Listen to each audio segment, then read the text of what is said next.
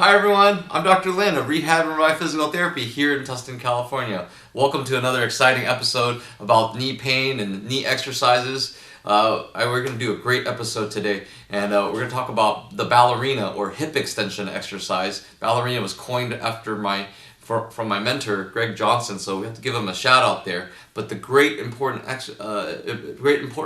thing about this exercise is that it's a hip stability exercise.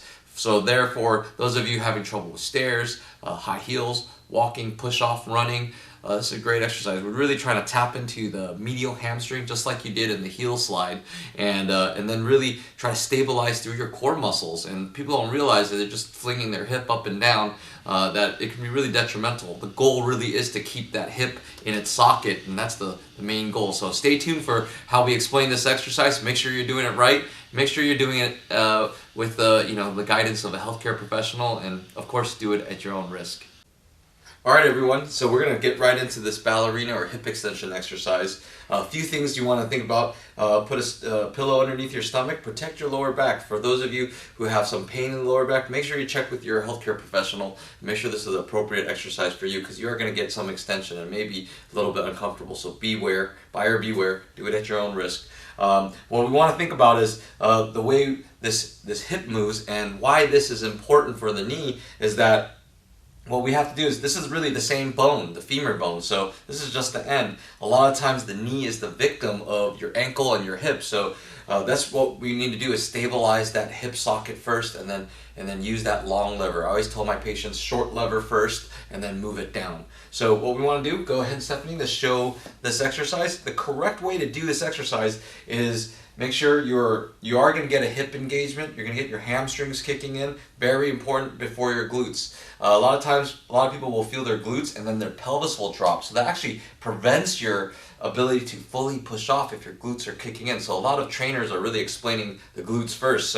And Stephanie's doing a great job here. If I check quickly, I can feel a lot of muscles doing it the right way. You want to work that hamstring, then your glutes. Definitely the core kicks in first, that core engagement. Paraspinal's kicking as well. So these are very important hip, not just a hip stabilizer, but a core stabilizer.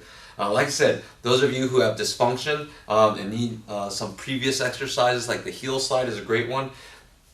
What happens is your pelvis will drop, and that makes you work really hard. So, and right here you can see that she uses her glutes first if we kind of set her up in the wrong position. So this is like I said, this is a key exercise for us all, and yeah, this is one of many exercises we're trying to progress to, and obviously you want to do this at your own risk. So, and then we'll get on to other exercises as you go on. So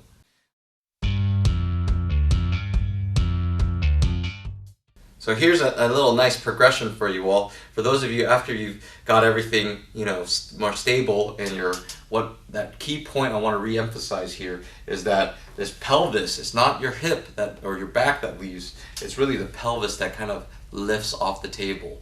And so that's how you do this correctly. So you tie this TheraBand around the ankle or the foot, the end of the foot. Make sure you're using the right muscles, the hamstrings, glutes, core muscles there, and it should be nice and stable. Once it feels stable and the shakiness is fully stopped, then what you can do is you can go ahead and start doing some repetitions. So make sure this exercise is also good for you. Doing it at your own risk. Make sure you check it with your healthcare professional. There you go. Thank you very much, Stephanie. So there you have it. I bet Stephanie didn't even realize she was going to do some exercises today and break a little sweat.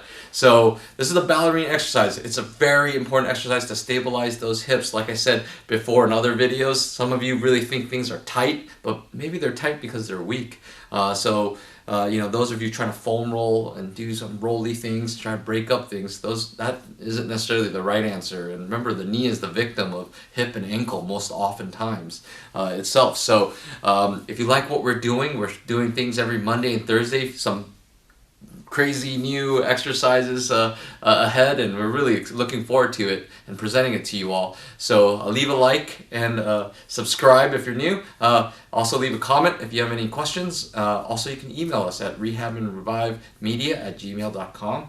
I'm Dr. Lin, this is Stephanie. Remember, we can and we will get better together.